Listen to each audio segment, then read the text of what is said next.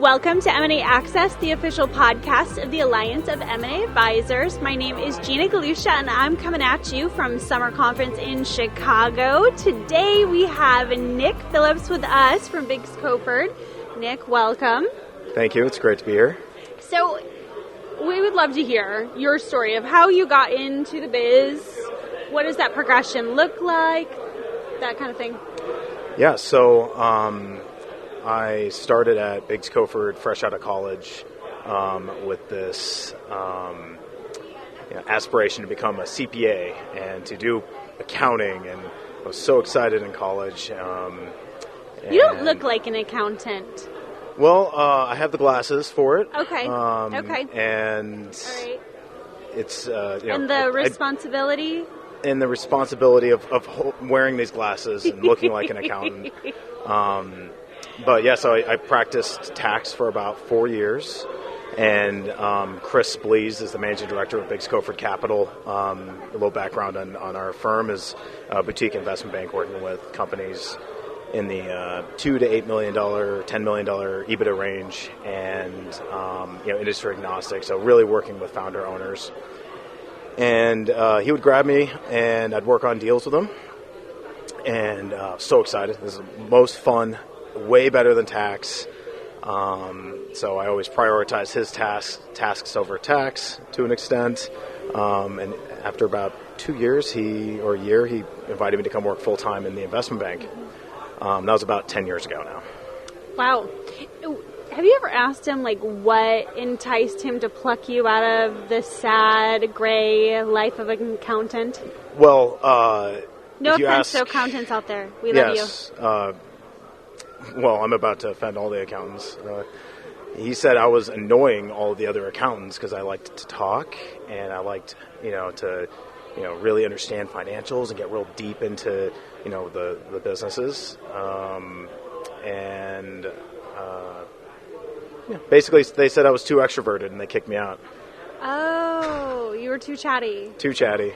You're kind of interested in the whys, though, right? Not just the what. Not, I tried to understand what was going on in the P&L, and they just said my personality really fit the investment bank better than the tax department.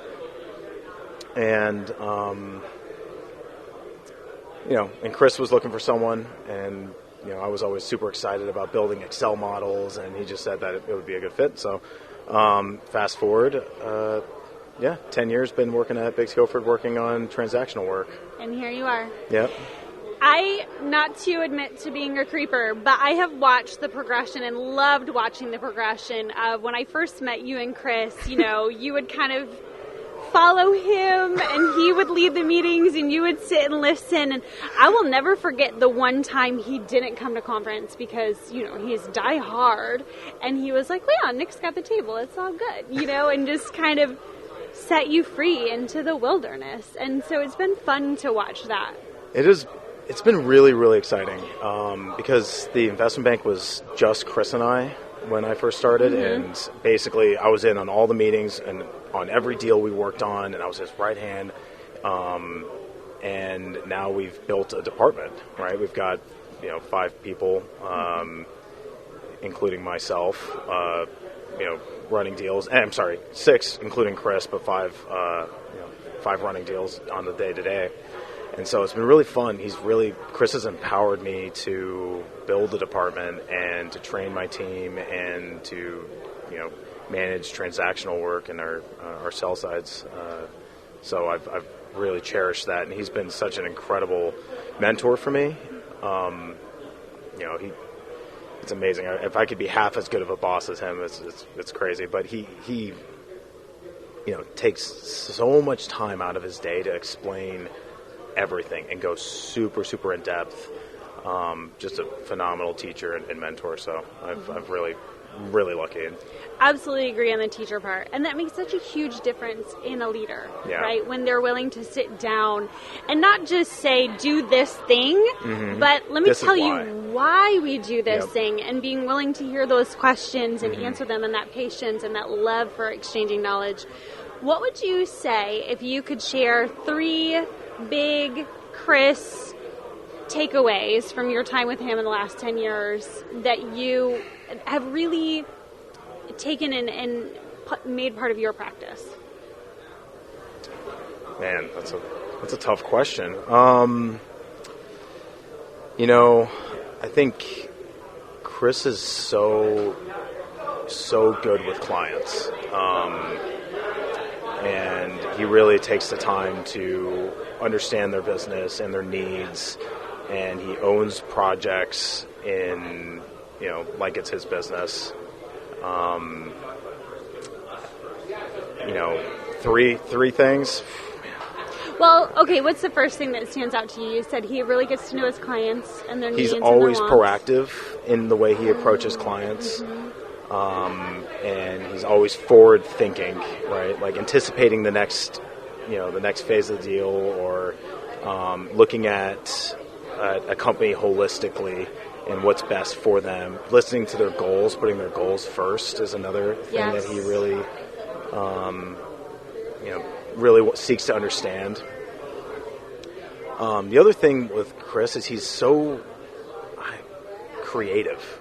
I don't want to say, you can't be too creative in accounting or you go to jail, but he's very creative. He thinks outside the box. And just phenomenal leader, really. So full of energy, and I don't know if he ever takes a break. I think he's always working. Because when he is resting, he is also just like climbing mountains. He has taught me to stuff. dream about work, apparently. Oh. He's like, I thought of this.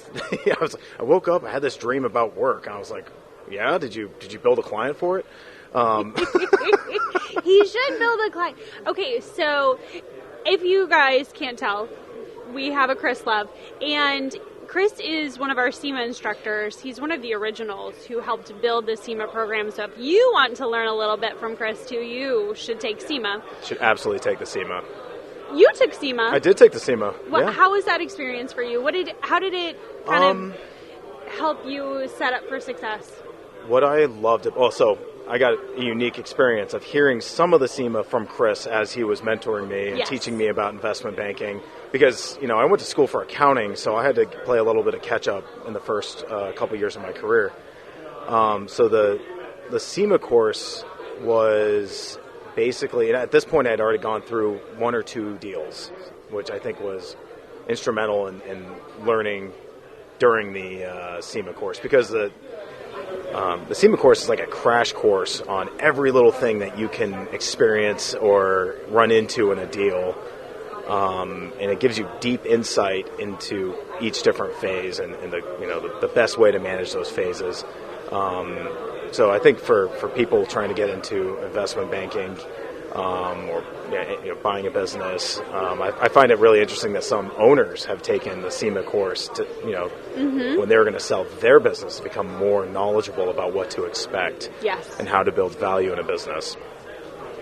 But yes, I really enjoyed it. I loved the connections I made in my course, and I thought it was truly insightful on the deal process. So going back to kind of like what you've learned and how you've grown, I have two questions for you to ponder. One, what would you say that you've kind of discovered about Nick in this process and your particular way of approaching the client and approaching the deal and those kinds of things? And then where do you want to go from here? Well, what I've found that I truly love about working with lower middle market businesses is being that resource for my client in more ways than just the deal. Regularly, I'll be on the phone at 8:00 at night with a client talking about issues in their business or advice that they want that may not even be deal related, and I really like being that resource. And what I found is that being a business owner is actually truly a lonely profession, right? There's the people out there, that work for them don't understand the plight of the business owner, and that the risk that they bear every day and the decisions that they make that impact their company and their families. And so I've found that I really love being that resource for clients and business owners during one of the most pivotal moments of their lives. They built this business, blood, sweat, and tears, sacrifice, and now it's time for them to find a good home for it and to secure their family's wealth, or to find a partner that's going to help them grow and take the business to the next level. And so, that's something I've really found that I get energized by. It's a great answer. Yeah. Before we get to that other question, you and I were talking earlier today about how you love working with family offices because they're great partners for your clients. Yep. Tell me a little bit more about that.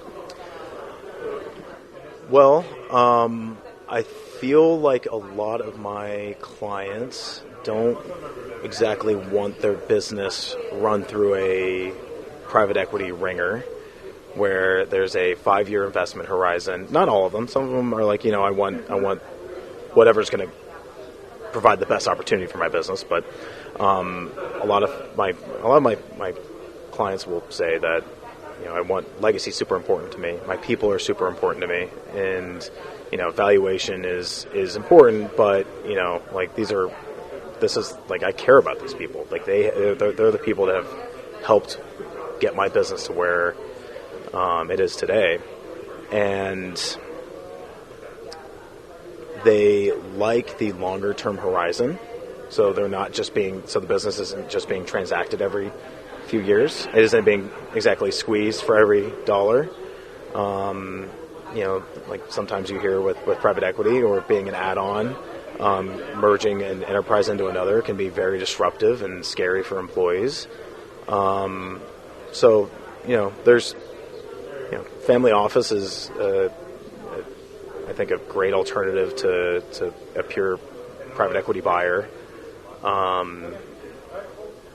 That has a little bit more patient capital, and I think that can have a little bit more, a more delicate touch sometimes. Yeah. Or family-orientated office. Because typically, those families built their wealth by building a business, and they understand it. They get it. They get it. Yeah.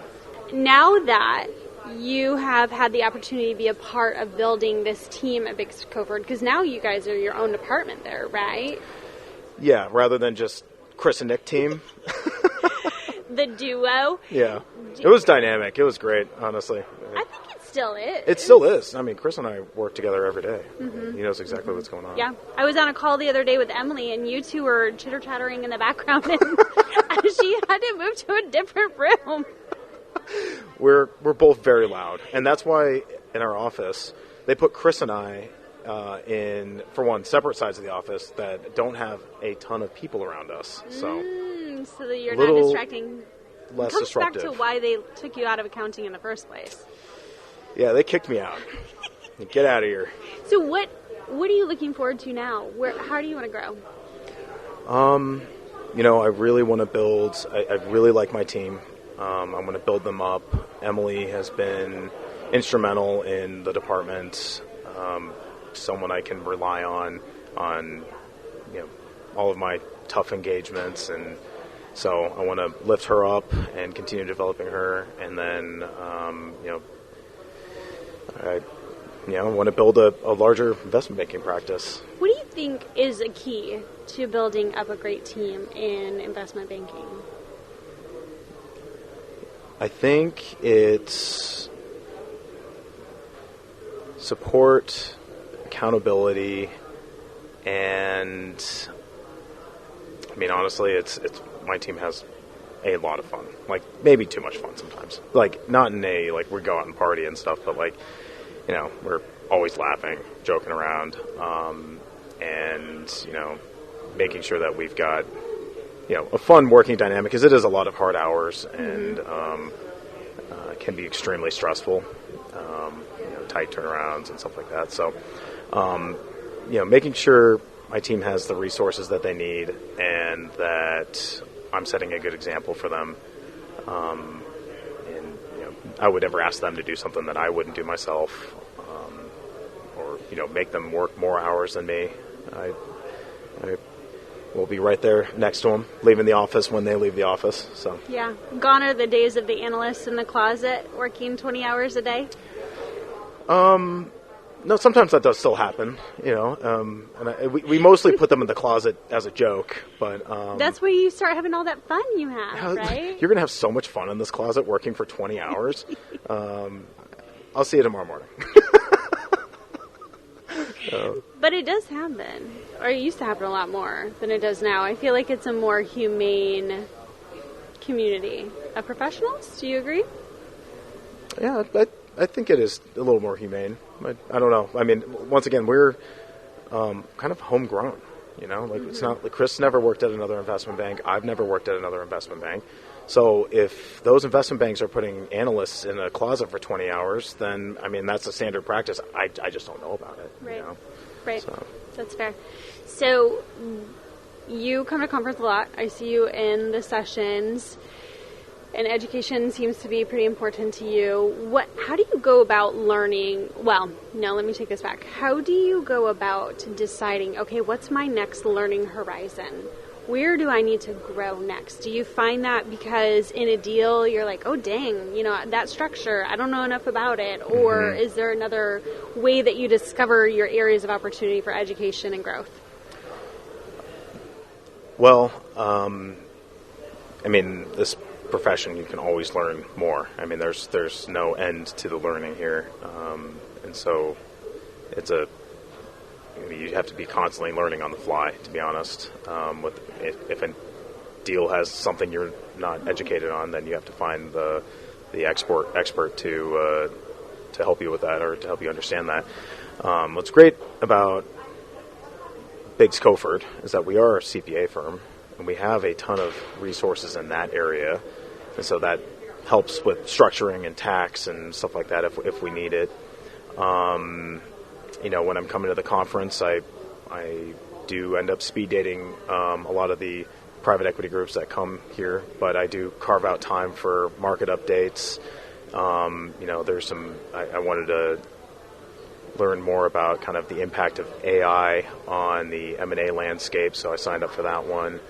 But basically, if I see something that piques my interest, I absolutely want to attend them, and they're super valuable. So, all right, you said something earlier I want to go back to a little bit. You said speed dating private equity. So, in a moment like that, how in the Hades do you evaluate, yes, I think this is a good fit for my client when it's a 20-minute meeting? What are the feelers you put out there? What are the spidey senses you engage? Or do you have kind of a framework to evaluate? If it's a group I haven't run across, I typically will find out what they're interested in. And that's actually where I get a lot of my market insight is, what are you guys what are you guys going after? What are your new theses about? And so that's for me to figure out, all right, what kind of clients do I want to sign up for a sell-side engagement? Who do I know at the CPA firm that has a client contact that is in that industry? So that's one thing I really like to get out of that. Another is, understanding how they like to deploy their resources to help my clients grow and empower their management teams. I think that's, that's typically what sells my client on if they are a good fit is, what is my day-to-day going to look like after I transact and partner with this group? Other than that, I'd like to hear their stories, right? Tell me about this platform. What have you guys done? You guys have grown at this much. How did you do that? Some questions like that. Mm-hmm. That's good. It's good. How about with on the other side of that coin, with your client? Mm-hmm. How do you get a sense of, because sometimes, especially those people who've been at the top and been alone at the top, don't necessarily know who they are, right? They don't necessarily always know, how do I say this, what is a good fit for them. Is it to stay on? Is it to let your baby go and just rip the Band-Aid off, right? So how do you get a sense of what kind of exit's going to be best for which kind of client? This is one of my favorite things to do with a client, is because business owners don't really understand all the different types of transactions that you can go through, right? And, they feel that there's I'm going to sell my business and I'm going to be gone and that's it, right? And, it's going to be to a strategic, or, maybe I'm going to sell to my management team. Because that's what my friend at the golf club did. Yeah, the golf club metrics, right? So, yes, this comes back to goals. What do you want, right? Because there's a ton of different transactions that you can find that will fit. The goal is I really want to be in charge for the next 5 to 10 years, but I need more capital, or I want to de-risk my own personal balance sheet and take some chips off the table. But typically that's not what they're saying. Typically they're saying I'm getting a little bit older. I'm thinking about kind of the next stage, and I want to keep my management team in place, but I'm afraid of private equity because they're going to put a whole new management team in place, or we're going to be rolled up into another entity, and then you can start dissecting what their goals are and coming up with, here's a group that's going to empower your management team, give them equity, or and you can be along for the ride. You can sell a majority of your equity, or you can, or you can roll a majority of your equity and be a part of that next story, or kind of phase out. I mean, there's not one typical transaction. Mm-hmm. So it's not a transaction in a box. Yeah, exactly. How often, when you're working with a new client, do you learn something new about business? Oh man. Basically, every time I work with a new client, I'm learning a new industry. I mean, that's the part I love about working with business owners to transact, is you get such an in-depth knowledge or experience in their business and how it functions and who are the people and how they empower their people and things that worked and things that didn't work and the industry that they're in and the industry landscape. I mean, there's so much that you take away in the 9 months you're working with the business, right?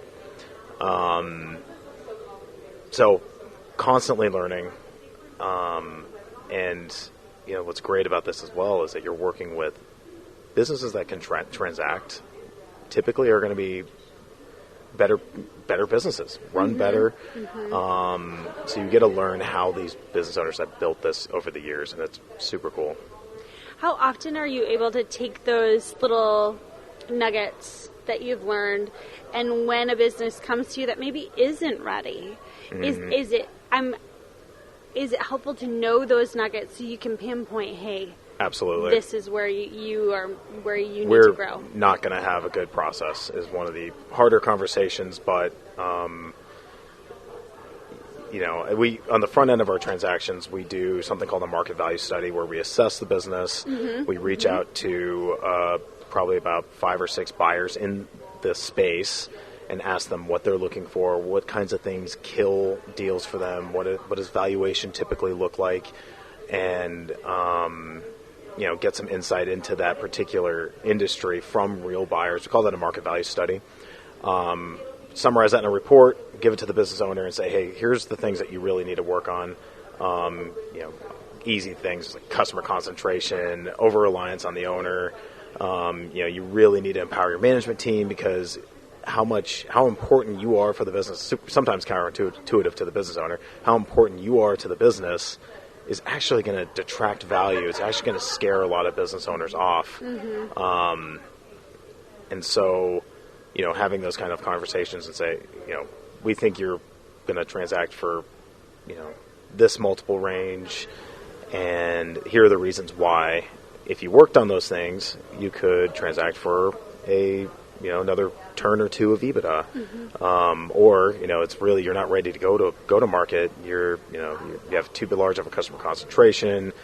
Growth has been stagnant. Your margins have been compressed over the last few years. You're really not ready. You need to work on these things. And that usually ends up being an engagement where we just do value consulting for the next couple of years. Keep our finger on the pulse of the business and on the market.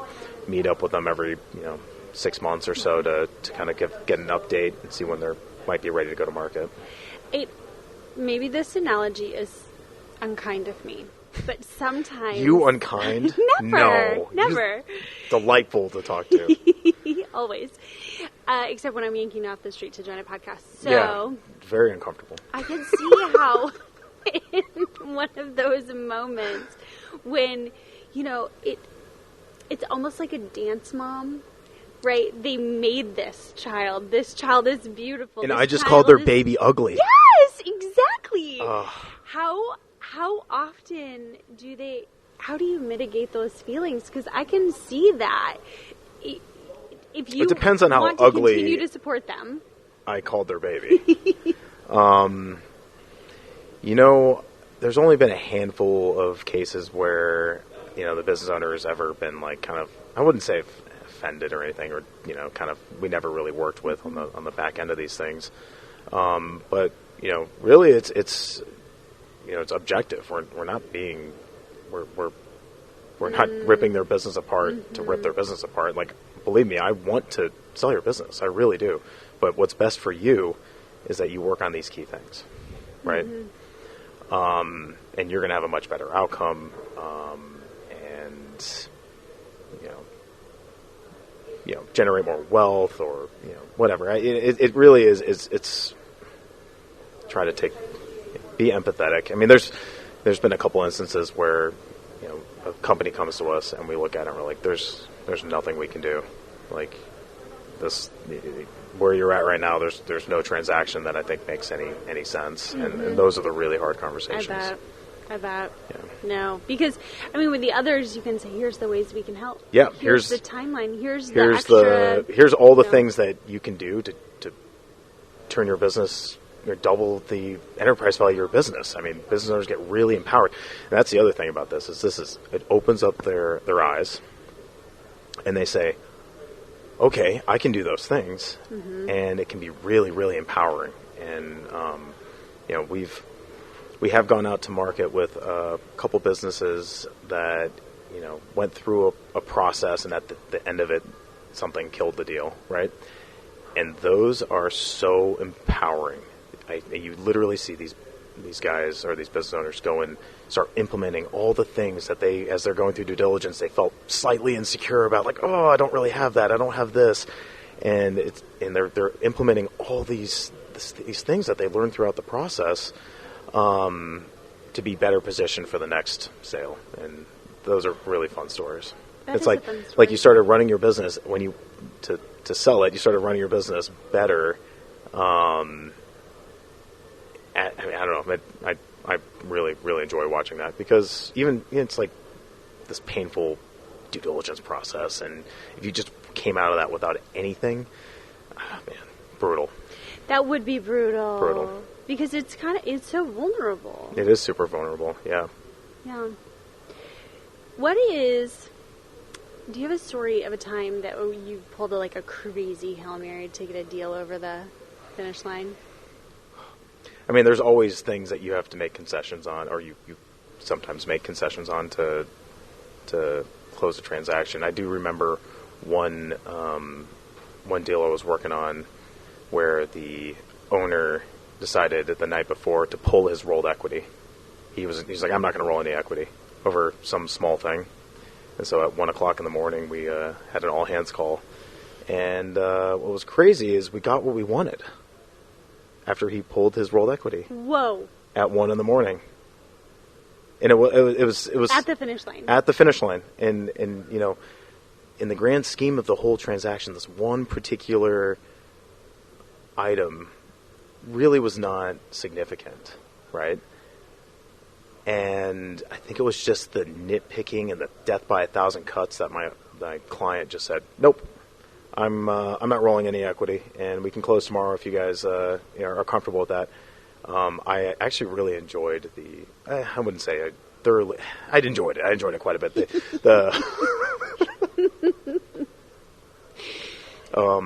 The person that was working for the private equity group called me at 11 at night. Actually, this was the day before Thanksgiving. Of course. And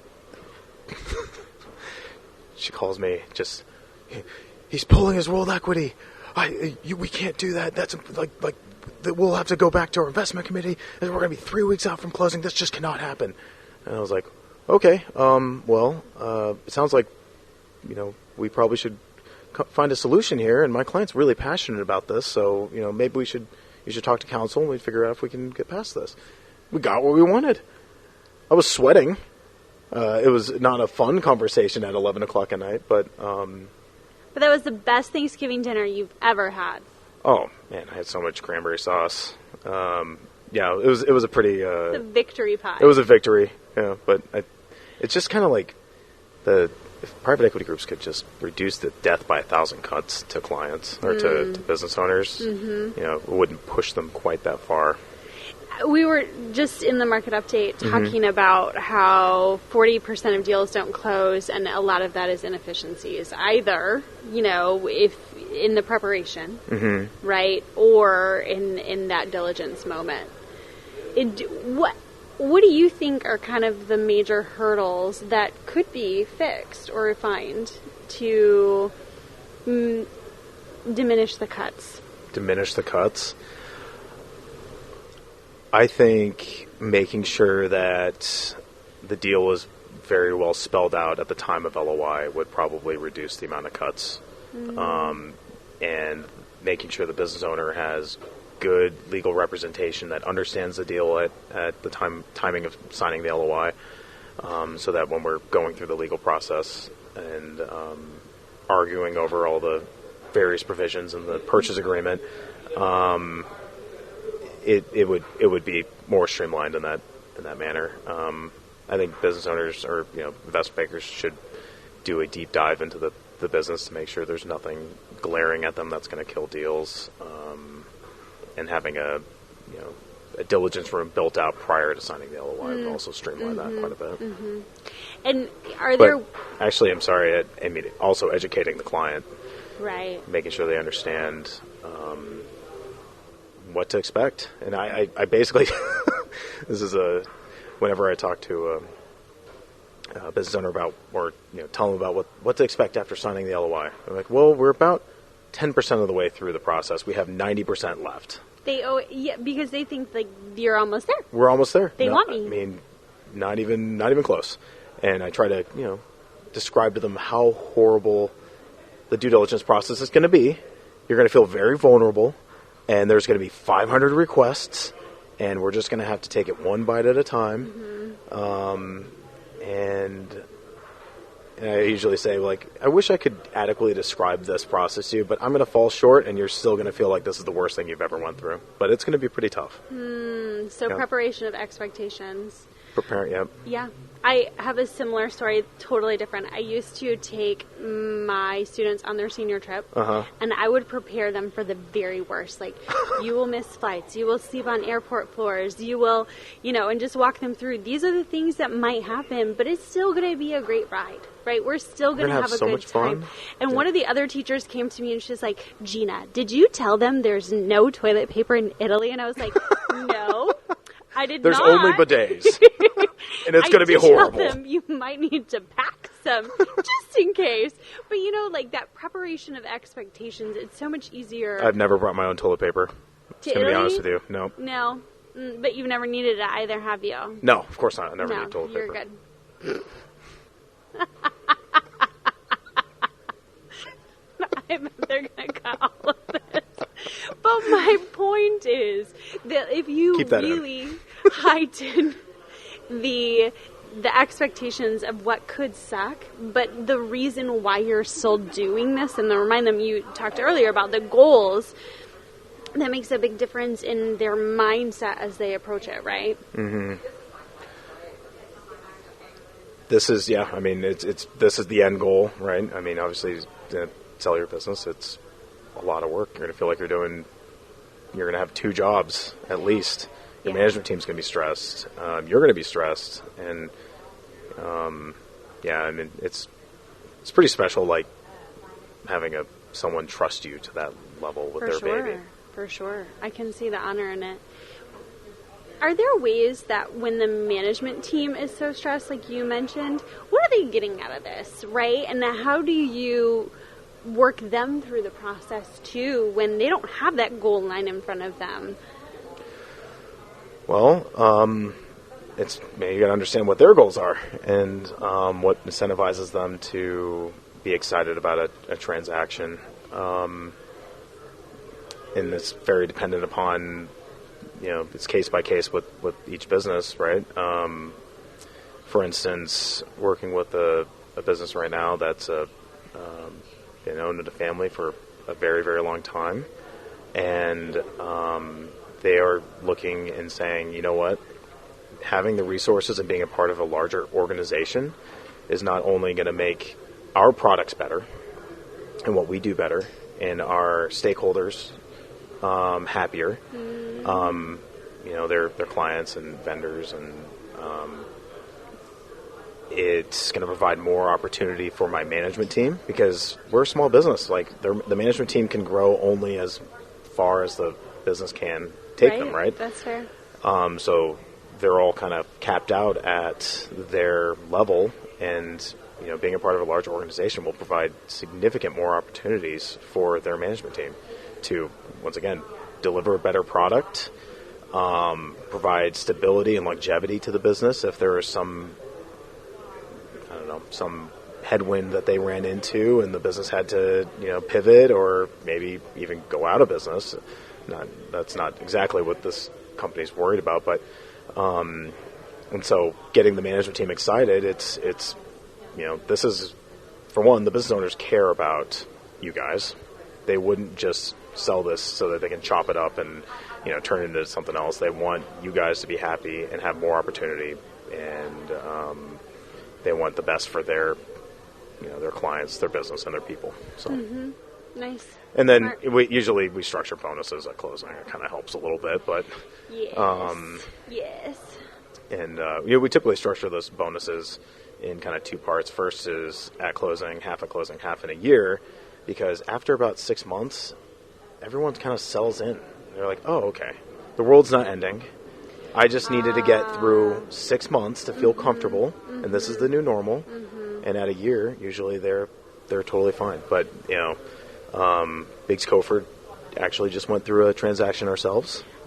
Yes. And that was interesting because I had never really gone through a transaction and had to sign this big long employment agreement. And it did feel like a little uncomfortable, even though I knew what was happening. It felt a little uncomfortable.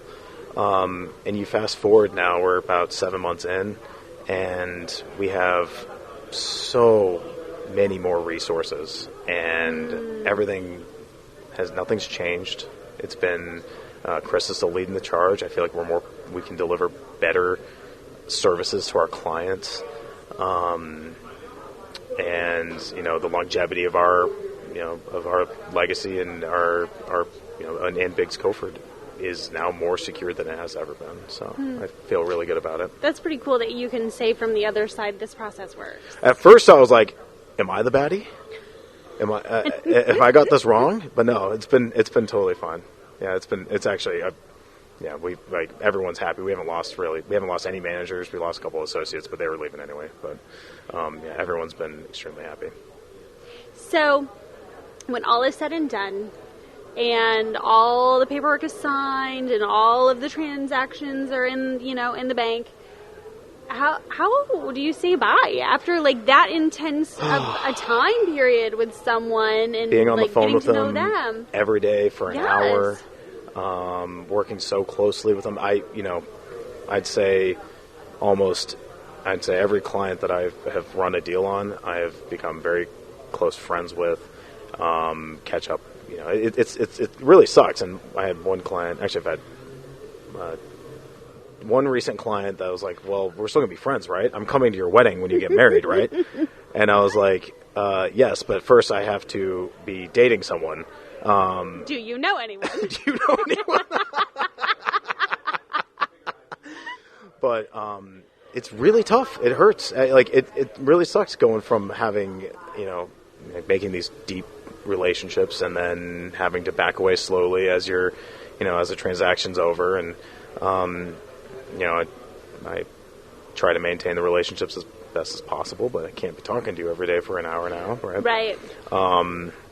So yeah, it's really special, honestly. Like it seems being like able it. to see. I always describe it as kind of like being a wedding planner, right? Like this is a marriage, and you can either do a good job with the wedding or a bad job with the wedding, and you want to make sure that it's just the perfect day for them, and everyone's super happy after the marriage. But yeah, I really enjoy developing those relationships and then maintaining them and making sure that they're happy. That's a great analogy. Yeah. Well, I'm glad you found your home. Yeah. It's been good. And AMA has been such a great resource. Especially since, once again, I came from accounting and didn't know anyone in the industry, and I've developed so many great relationships. Like you said, Chris used to come and I used to follow him around. Now I just go and meet with all the people that I enjoy meeting with and catching up. So. Yeah. Well, good. I'm glad you're here, and thanks for being on the podcast. Thanks for letting me yank you off the street. I needed to get picked up off the street. You stray, you. Thank you for joining us. We hope you enjoyed it, and we'll see you next time. Yeah, thank you. These kinds of conversations are happening all the time. We'd love for you to join in, whether it's through our monthly webinars, our biannual conferences, or our SEMA certification, and then we have our chapter events across the nation all year round. You can find out more at amaonline.com. Until then, see you next time.